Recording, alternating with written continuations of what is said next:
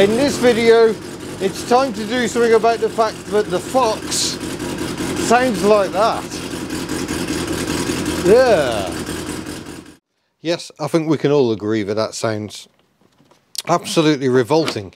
And I know what the problem is. When I first put Fox Amp back on the road last summer, jeepers, I really did do a lot last year, didn't I? I had great trouble with the downpipe to manifold, sorry, that's a bit rude, let's try that way around, bolts. There's two of them, hence doing that, and one of them was not going in very well, and I think I need to either replace the exhaust manifold or re-tap it, which means getting it out, which is yeah, not the easiest. Let me go and grab a torch. Yeah, oh, you can just about see it down there, just behind the alternator. If it'll focus, is where we're focusing our attention, just behind the dipstick. There we go. That there is the downpipe joint. You can see that's already joyous to get to. But one of those bolts may even have gone completely. I'm not going to know until I get under there. But as you can see, the access is horrible, and that's why this job has been getting put off for quite a while. It looks like I may even have to disconnect heater hoses. Hopefully not. I'm hopeful I can take the air filter housing off, and then we can start releasing the manifold, which is held by these brass nuts, because I think the inlet has to come off to make way for the exhaust, as I recall. And but getting the inlet out of the way anyway will make access easier to the downpipe bolts to at least see what's going on. This is a downside of the Reliants. They are very cozy in terms of engine bay space. There really isn't any, and it gets a bit worse on the freewheelers because the engine is a whole lot further back. But I shall start doing what I must. I don't think I'm going to enjoy this job. Right, we'll start with the air filter assembly. I might just pop this off. That's the oil filler. I just want to get that pipe out of the way. There we go. That's the breather pipe back into the air system. And right, trying to remember what size spanners we need. It's Imperial stuff on this, I think. Well, someone very kindly sent me some Imperial sockets. These are Whitworth. I don't think they're necessarily the same size, and spanners. But we'll see what's what. Whitworths are a specific type of measurement. It's the joy of old cars. I don't think I've got anything Whitworth after all this, so it might be a complete waste of time getting all this stuff out. But nonetheless, a quarter Whit is undoing the air filter bolts. There are two of them. Yeah, the metric system is so much better in so many ways. Oh, not quite yet. Come on. There we go. Right, that's the air filter assembly off. Tiny little air filter. Giselle the GSA is acting as my table today. And what size are the manifold bolts? Oh, all the same. And they're brass nuts, so hopefully they haven't got affected by temperature. You can't get a rounded round end on all of them due to the manifold. Oh, can I get at that one without undoing? I don't really want to undo the coolant lines if I can help it. No, these are not the right spanners for this job. Oh, just got the carburettor assembly off. That's always a fun job. There is then a gasket and a petrol catch tray, which is designed to steer petrol that might leak from the carburettor away from the hot exhaust manifold. So yeah, that's the downside of a non-cross flow engine design, but that's giving much better access now to all the other bolts. See which ones we can undo with this. Very few of them with that extension on. Some are spanner, some are socket, some need an extension, some don't. It's a lovely job, this. Yeah, most of them are spanner. Not that spanner necessarily, I don't think. I think it's this one. So I think they're 1/2 inches. Or are they 5/8? No, that's the spanner that's too big, so it must be this spanner. No. Yes. They are in fact 1/2 inch. Yes, that's what I said, isn't it? If only I listened to myself. So this is the top row. The top row is fairly easy to get at, but getting to the bottom row, that is going to be properly exciting.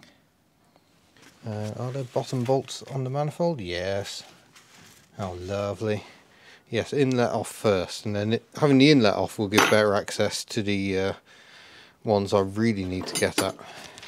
I think the 1/2 inch drive is a bit big here, but I haven't got any imperial sockets that I can find that are smaller.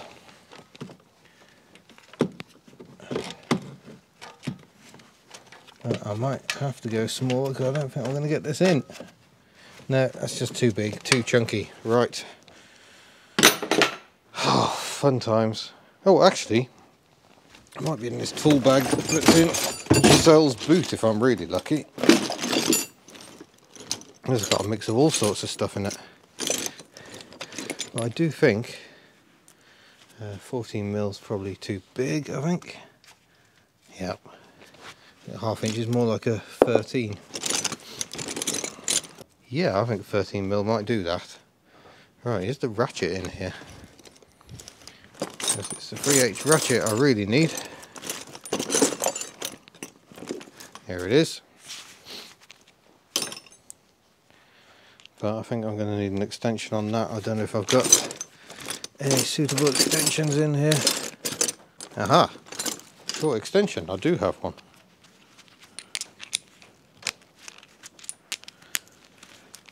I've got so many tools in so many different parts of the workshop, but I've no idea what I've actually got anymore.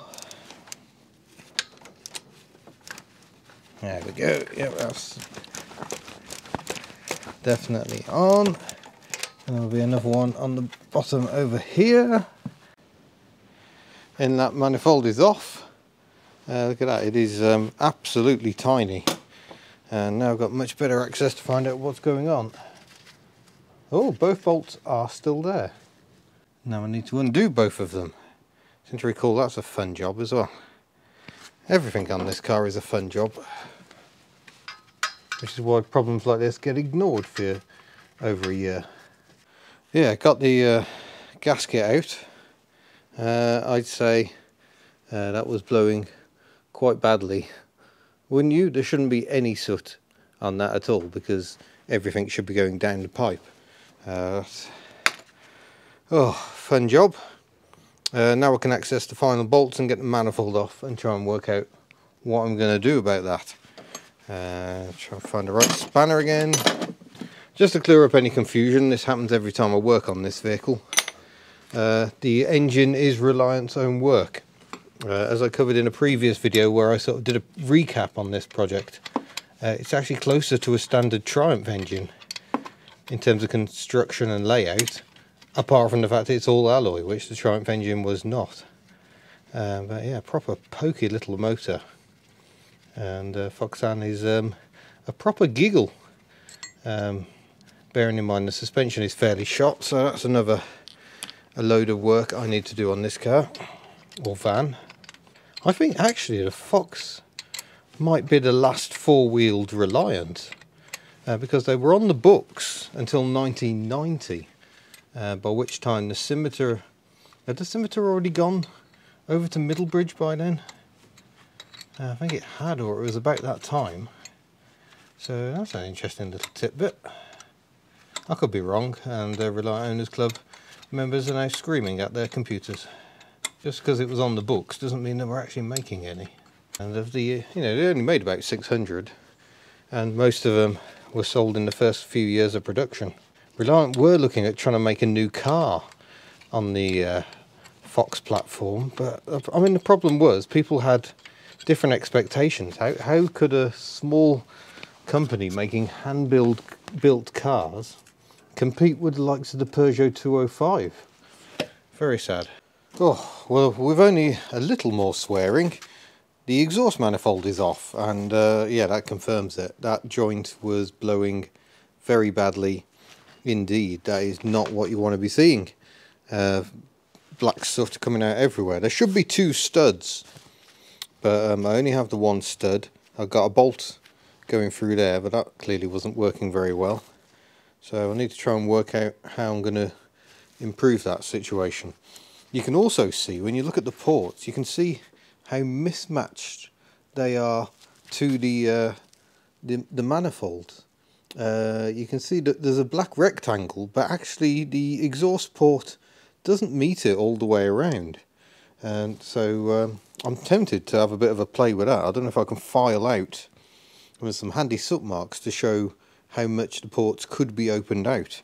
But that's not ideal, and that is a problem with these engines. Although it does mean, conversely, that you can make a good deal of improvement. At least I can see the gasket wasn't leaking, although it looks like the gasket might have come up adrift slightly there. Might have to see if I can see what it looks like on here. Oh yes, I fear I might need a new manifold gasket.